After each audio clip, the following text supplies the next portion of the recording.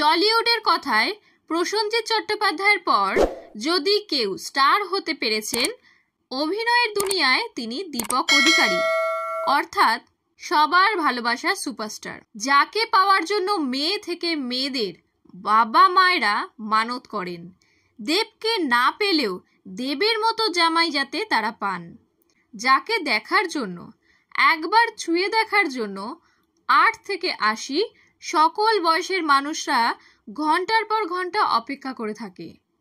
Tollywood থেকে রাজনীতি সব জায়গাতেই দেবের পরিচয় অত্যন্ত ভদ্র, সম্মান দিয়ে চলা একটি মানুষ, যার সম্পর্কে খারাপ খবরের তুলনায় বেশি হয় তার ভালো গুণের খবর।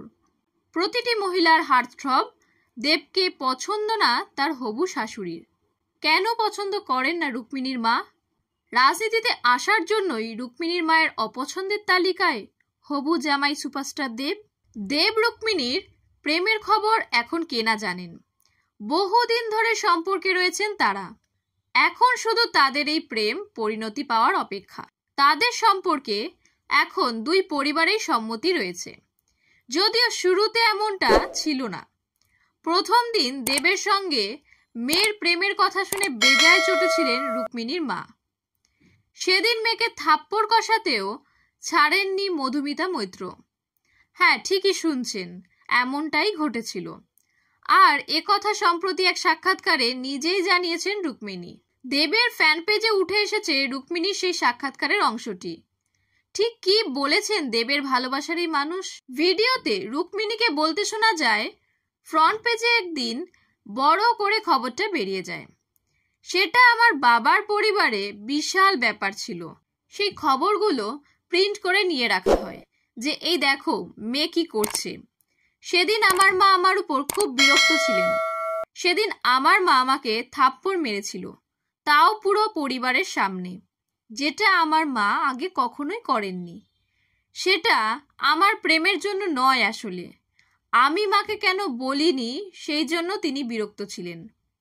মা ভেবেছিলেন আমার মেয়ে আমায় বলল না।